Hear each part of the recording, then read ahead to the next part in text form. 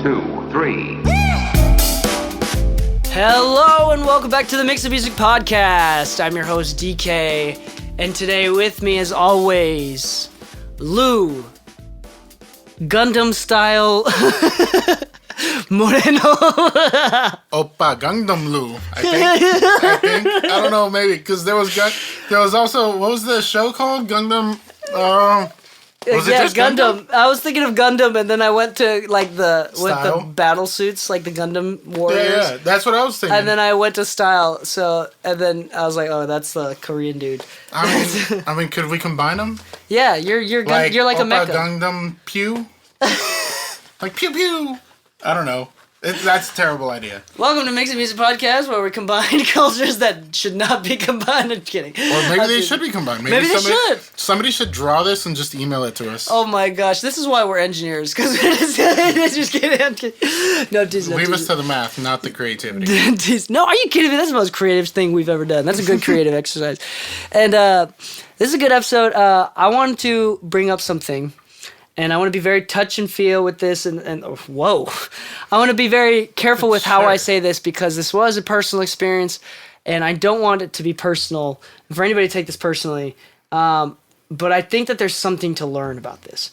And I want to say some pretty harsh words, and Lu, I'm inviting you. In fact, I want you to play devil's advocate for the sake of it. You implore me to. I implore me. Please, hold on, I'm starting to grow my vocabulary list.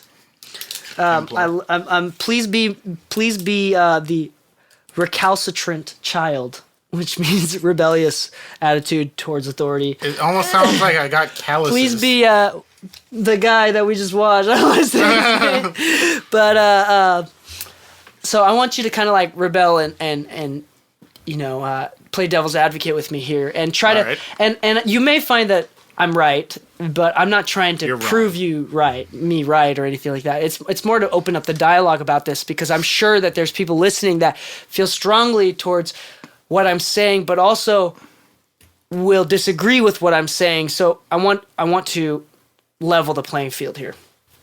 Okay, so the other week, this is about a month ago now, a friend of mine, just an acquaintance, not I wouldn't even say friend, an acquaintance on Facebook posted within our school's private Facebook group about free work for composers.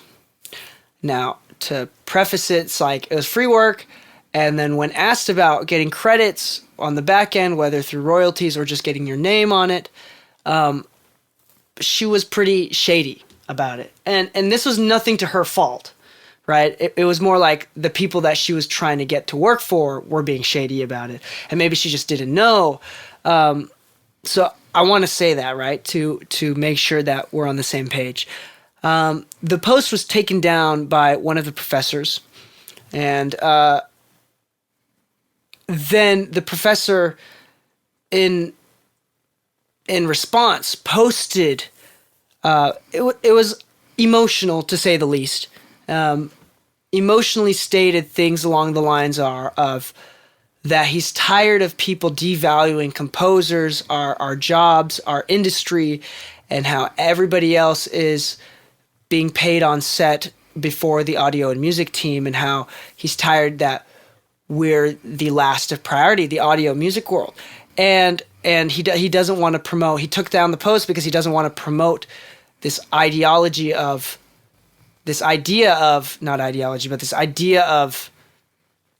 kind of that, like not prioritizing the music and audio, and asking for free work when everybody else is getting paid, kind of thing. And it was actually really something that I think we can all agree on, and something that we've all felt in the past. But I can't deny that it was out of anger, a little bit, not a little bit, it was definitely pretty angry. And due to his status as an influential member of the school and head of the program, and as a professor, like, people were very much like, it was like a bunch of comments of like, yeah, say it, go on, like really affirmative. And then I decided to be brave and stand up for the idea of wait a second, this is actually potentially a toxic thought process.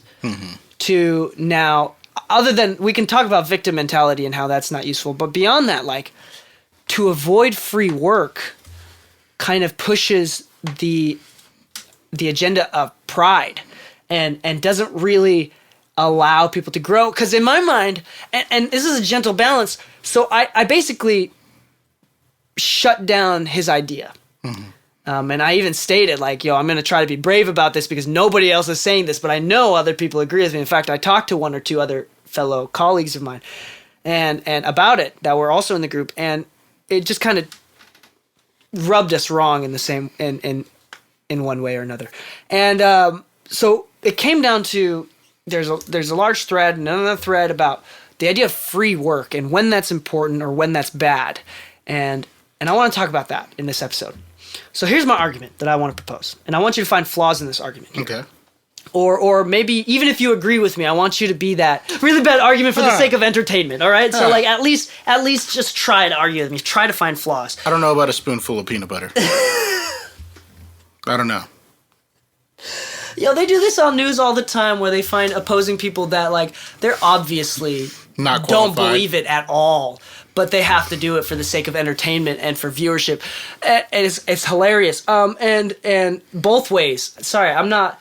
That made it sound like I'm very right-leaning. I'm not. In fact, he leans upside down. There you go. I'm sorry. I don't want to get into this topic, but... Like, I'm surprised he's sitting on a chair. There you go. Thank you, Lou, for leading away from this. But I want to talk about the importance of doing free work. So, in my mind, I went to a very affordable school.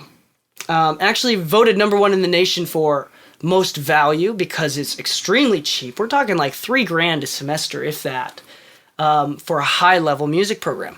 So most value in the nation for music, audio, music, not necessarily audio, for music. And so it's a cheap school, $3,000 a semester. We probably, for classes, depending on like what you're like, depending on the classes that you take and whatnot, you're probably making or writing 6 to 15 songs a semester for class projects, and that's experience. So you're paying $3,000, which is, again, really cheap, relatively speaking, to work on 6 to 15 songs. Okay? So you're going negative money for experience in a classroom. So theoretical, not real-world experience, and no feedback based on income, potential income, right? Or real clients.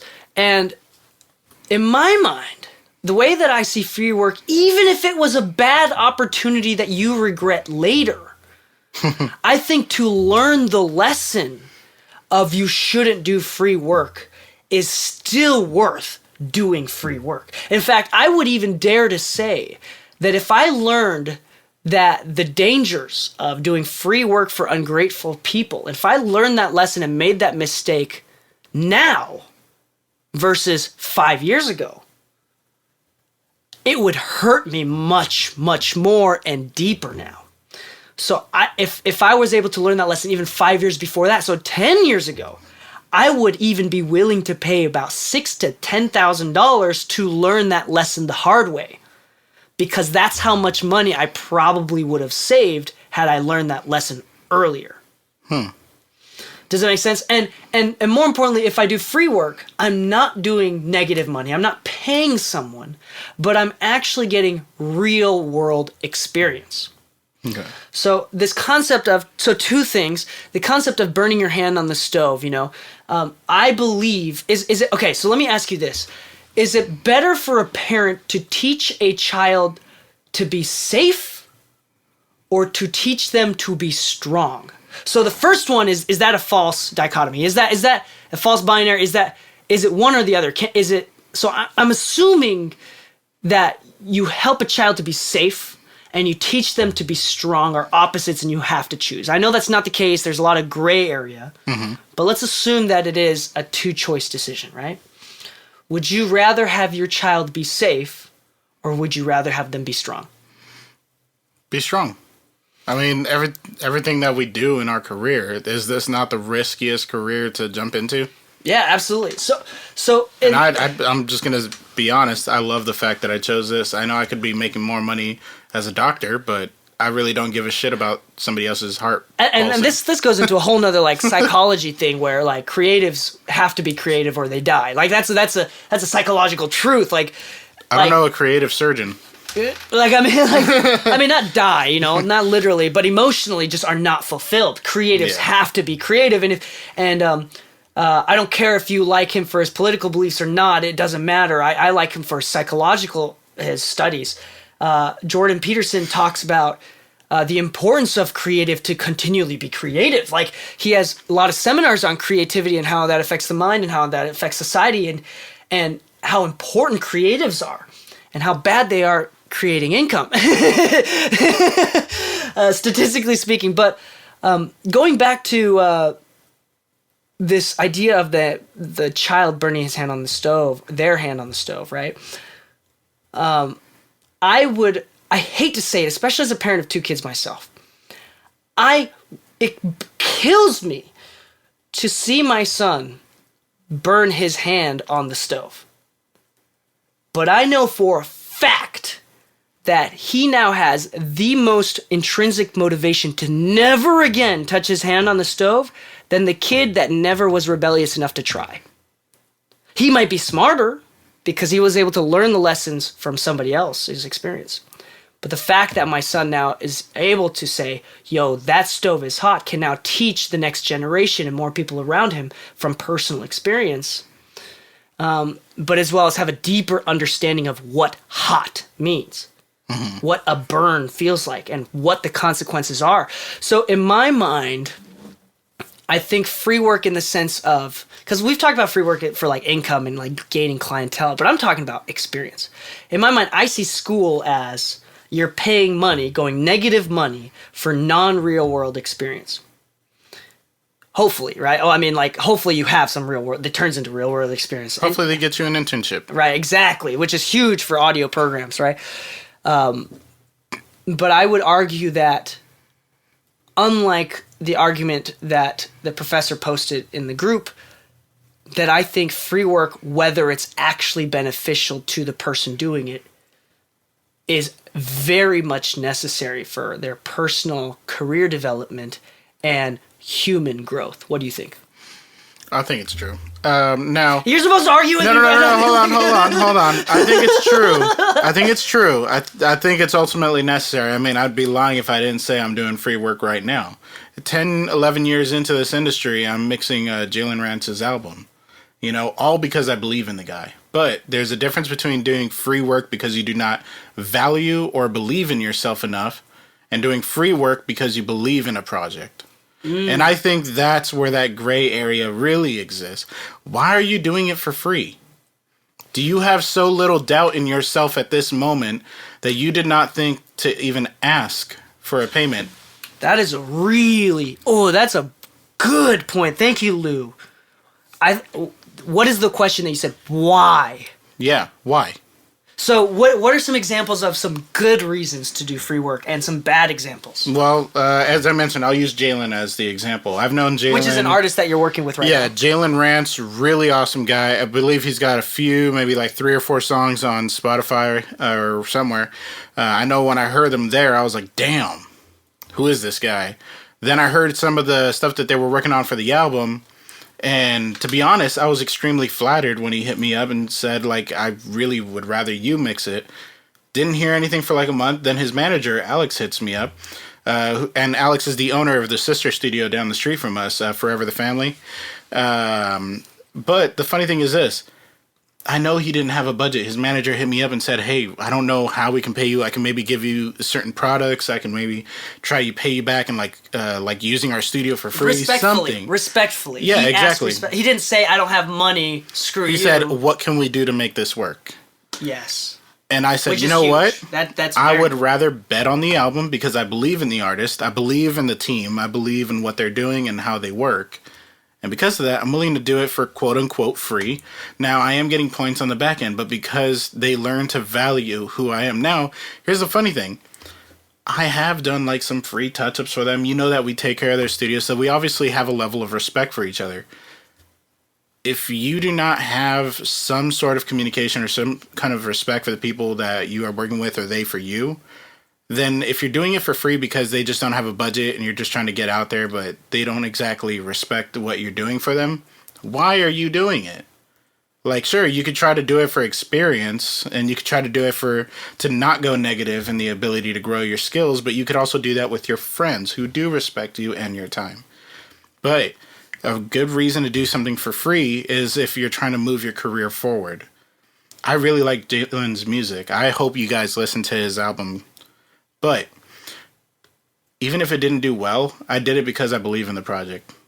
Now, I'm not doing this because I'm trying to learn something new. I could probably try something new, but I'm doing it because this is a project that I believe in and that I think can do well. So I'm offering myself essentially for free with the hopes of something good coming out of it. Not because I'm hoping that they'll hire me for a future gig, because they already tried hiring me.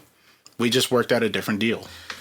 So the points out of this specific example that I think we can pull from is, one, you like the artist and you wanted to do it for fun, right? Mm-hmm. Which is important. I think that that's fair to pull up. Two, they asked respectfully, which goes a long way and kind of goes to show that they're not trying to screw you over. They're not trying to abuse the concept of, oh yeah, there's a lot of engineers that'll do it for free. No, absolutely not. And I would say that anybody listening right now, you'd be surprised how far that goes, even with me and Lou. If you cannot afford our mixes, show me your song. Yeah, and if you're good, on top of you're extremely respectful and just trying to find something, you may not be able to pay in money, but you may be able to pay in something else other than exposure dollars. I'm teasing, but but for real though, like that effort.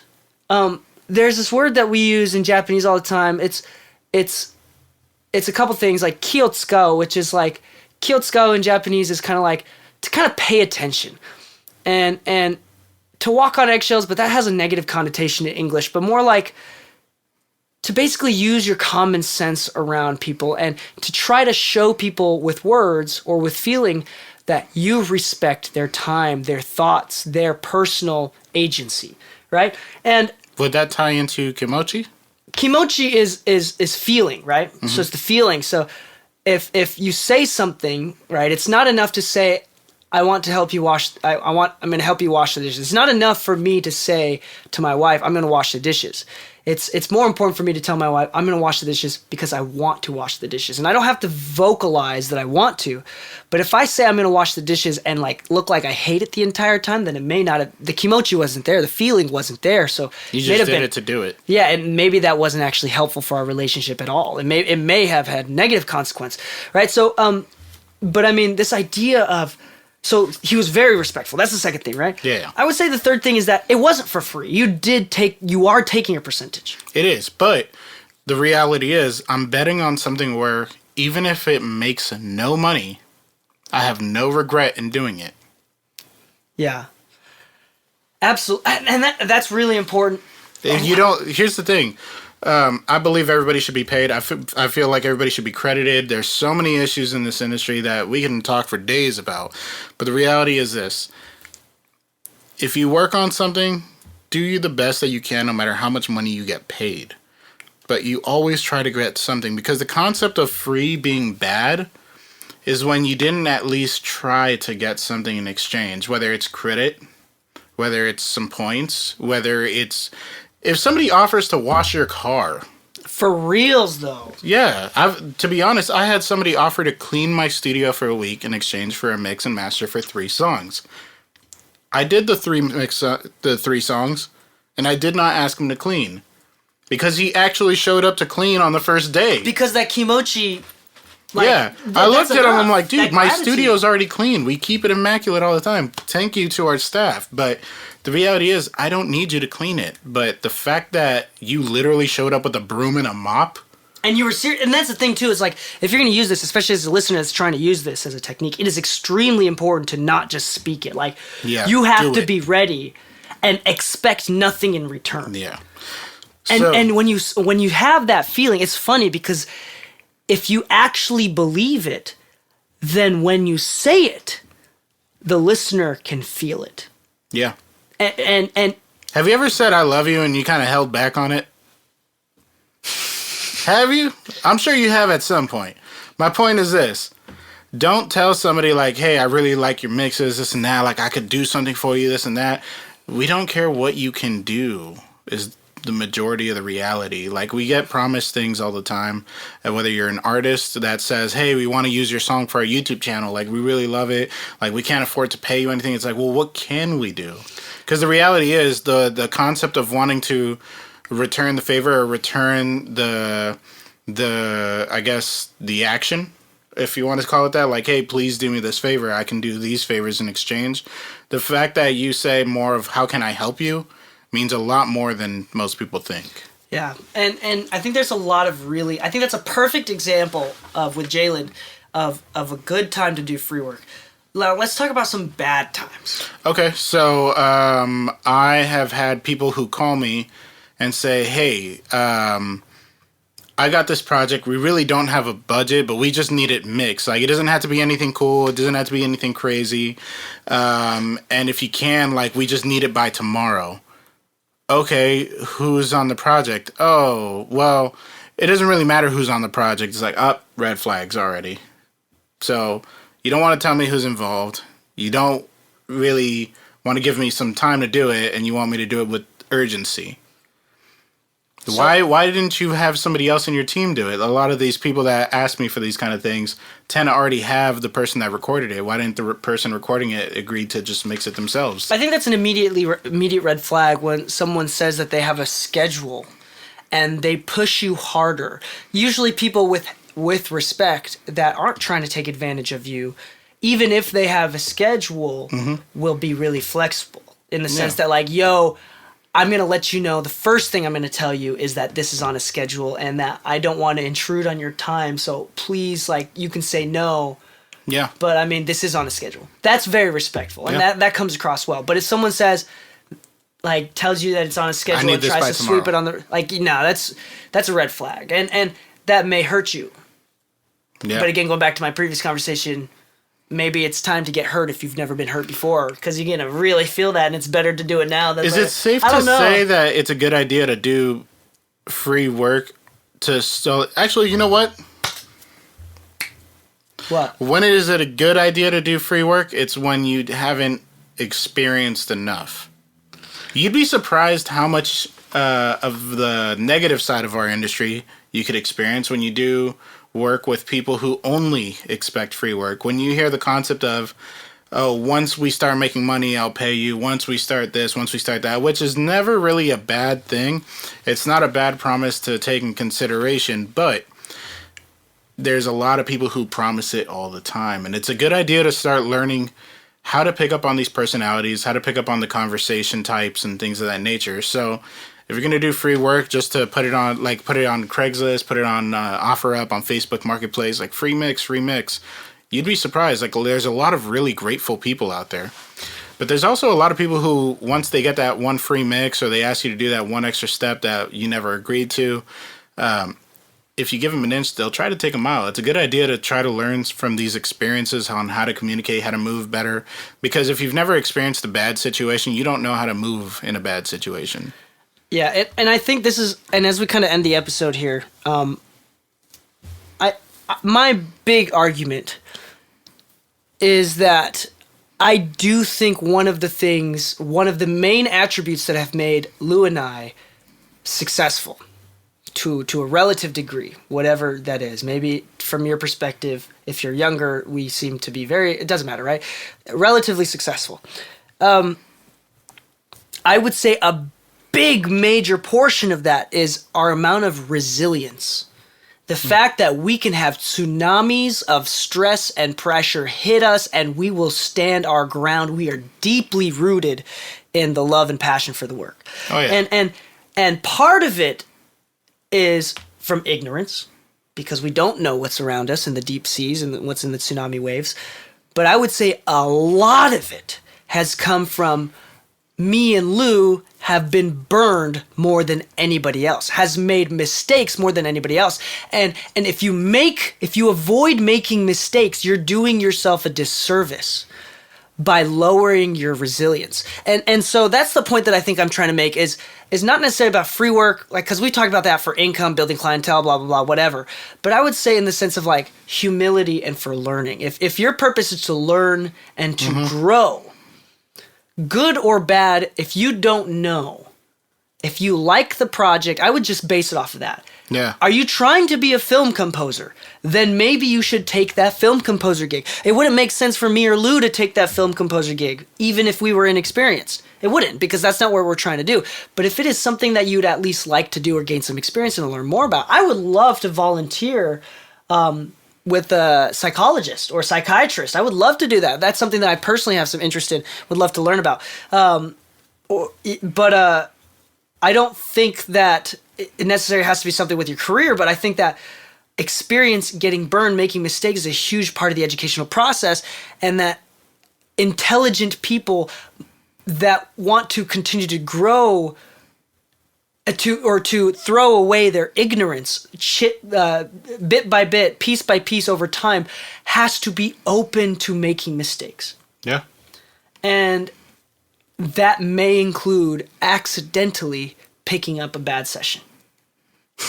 Now, to do it on purpose is stupid, I would have to say. Yeah, once again, learn who you're doing this for. But like to say no to everything because you're afraid of it is also another.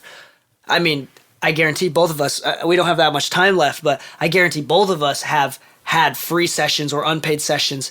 I mean, Tizio talked about it too, where it made our career or really changed the trajectory of our career. Yeah.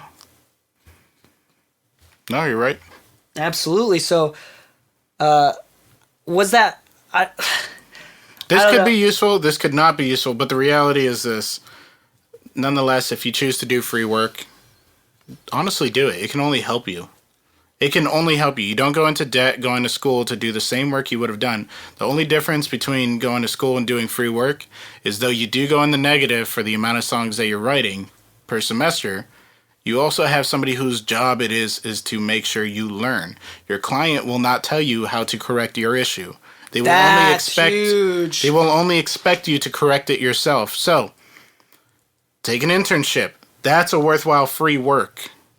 Yo, you know how much money I'd pay for clients to actively complain so I know what the fuck to fix? Everybody, make one complaint to Dee Kei now. Just email him. Hold on. I mean, but for real though, like... Make it about his hair. As a company, there's literally a bunch of tech companies out there that provide fast and safe ways for the company without hurting their PR, their branding, their marketing, to provide feedback or complaints that help them change their company. And people pay shit tons of money to get a collection of negative... What is it called? Pissed Client or Pissed People or something like that? Oh, there's a few of them out there. Yeah, I recently had to send out a review on that because of Capital One for whatever reason. They sent me an email there, and I saw the email title, Pissed People or something like that. Leave a review of your experience. I was like, why is it called Pissed People? With like an emoji face. For real though, what is this? And that is the one flaw with clientele, with real world experience, is that if you do have a negative experience in a classroom, the teacher's job is to tell you. But in the real world, you can have pissed someone off and have done the worst work ever, and you're open to the feedback. You're open to learn and grow, but they won't provide you that feedback because no, they won't. Most people don't complain. I think I told you this happened not too long ago. I believe this was I want to say about a week ago. We had an engineer who got complained against. He was a hired engineer for a session, but apparently he did not hold up to their standards. So they gave me a call and said, "Hey, we want to talk about a solution." Instead of doing any kind of refunds or anything, I offered myself to engineer a free session for them, as an exchange, and said, "Hey, you know what? I feel really bad about your experience. Let me make this right. I'll take care of it. I'll actually engineer the session for you." They agreed, but they never told the engineer. And that's the reality. Your client will not tell you when you're fired. 9 times out of 10, you're just fired, and you don't know it. So on that note, the camera just died, so it just ended the clip. But on that note, there's a lot more that I want to say and dive deep into. That was a really good ending. Oh, shoot, whatever. But maybe we'll do more episodes about this later. What do you think? If you're on YouTube, please leave a comment. We do have a list of sponsors for the show. Thank you for Loughton. Thank you for Autotune. Thank you for File Pass, which is really awesome. We finally got Isotope on board. We're going to start promoting their stuff soon. Yeah, we're thanking for our sponsors. If you're looking for our resources for free, free plugins from Plugin Alliance or whatever it is, free PDFs that we have, go to mixingmusicpodcast.com /links. And that's the fast pass into all the different links that we have, including our sponsors list. If you decide to use any of the discount codes provided through the sponsors list, we actually make a little bit of money from that. So we appreciate your support in any way possible. Thank you so much for listening. Happy mixing, my friends, and stay saucy. 1, 2, 3.